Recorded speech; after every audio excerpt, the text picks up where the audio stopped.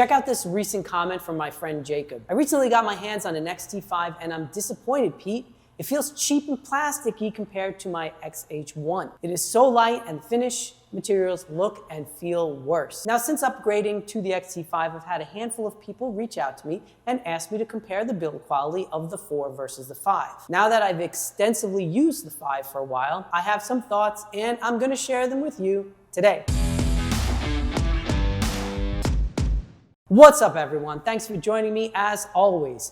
Don't forget to like, comment, and make sure you subscribe to my channel because as the channel grows, I'm able to devote more and more time to creating videos like this one. Don't forget to download my 5 portrait tips PDF linked right below in the description. And while you're down there, check out my gear page from B&H as well as my other great sponsors. In my response to my buddy Jacob's comment, I told him that I had similar feelings when I first unboxed the 5. After shooting with it for just a day, I thought about sending it back, and I even went home and I told my wife that I felt disappointed in it, and I thought about returning it. But I also realized that it's not a good idea to judge a new camera based on one day, which was really a few hours of shooting. It's like getting to know a new friend. Sometimes the first impression might not be the best, but this is just because you need to take some time to get to know them. So I decided to keep the 5 for about a week and give it a fair shake, and I'm glad that I did because I wound up really loving the camera, as you probably know by now, if you follow me here or on Instagram and on Twitter. And although the build quality is, yes, certainly different from an XH1 or even an XT4, I've come to appreciate the slightly smaller size of this new camera. Now, the first thing to know about the XT5 is that it was purposely made smaller and lighter than the 4, and it's going to feel more similar to probably an XT3 than even an XT4. The XH2 and 2S cameras are the new flagship cameras, while the XT5 has gone back to its roots, as Fuji calls it, photography first, and it's really for street and portrait photography. So if you're expecting it to feel like one of those other larger cameras, you might be disappointed when you get your hands on the XT5. Compared to the 4 specifically, it really is just a touch smaller, but quite a bit lighter, and it feels a lot more compact than the 4, although when you look at them side by side, they look kind of the same. But the difference is noticeable in some other specific areas, which we'll talk about now. The biggest difference in the build quality of the 5, in my opinion, has to do with the analog dials. Compared with the 4, the dials on the 5 are a touch easier to change, and they don't have quite the same firm click that you get with the 4. I noticed this mostly with the drive mode selection dial and the exposure compensation dial, which are both located sort of on the edge of the camera body.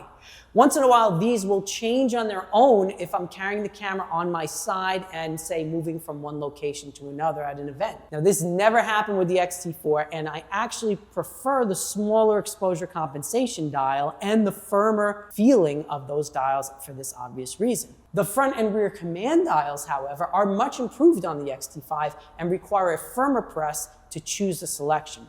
On the X-T4, my biggest pet peeve was I would accidentally press one of those dials when I was simply trying to scroll left or right. Now, the rest of the camera's buttons and the AF selector on the front of the camera feel pretty much identical between the two bodies, so I wouldn't say there's a substantial difference there. Another consideration that might not seem important at first is choosing whether you purchase a black or a silver body. Now, I decided to get a silver X-T5 since my X-T4 is black and I wanted something different.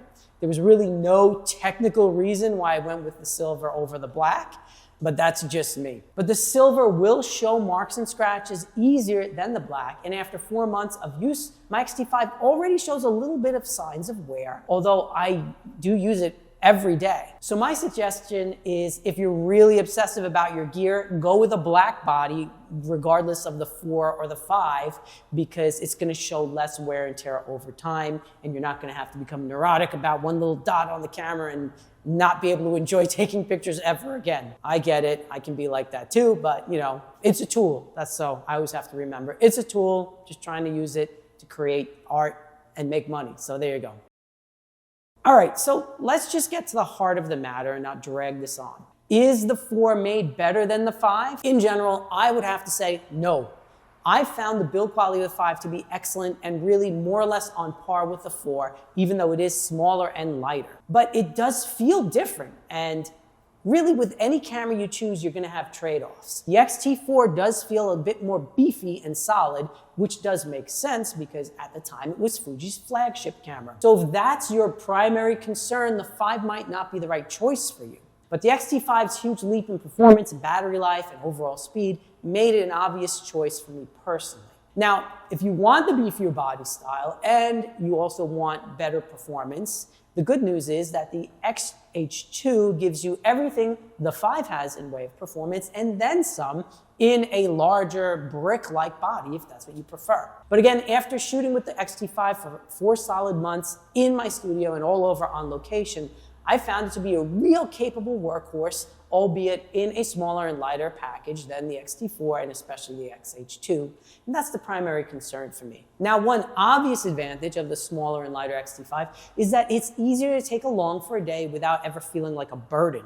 For instance, I take my 5 with me whenever I have a gig. So for those of you who don't know, I am also a bass player. When my band plays a show, I always take my 5 along to document the other bands who are on the bill. And the 5 is really the perfect size for this kind of work, and never once have I felt like it's cheap or plasticky or like it's not up to do the job. And this is coming from someone who not only uses the 5 for my portrait work in my studio or on location, but also drags it all over New York to different venues when I have a gig. Well, that's all I have for you today. My goal was to release a Fuji-related video every Friday, and unfortunately, I failed miserably at that goal the first week I tried. So this video is technically my Fuji Friday video, which I'm publishing a little earlier to make up for not doing one last week.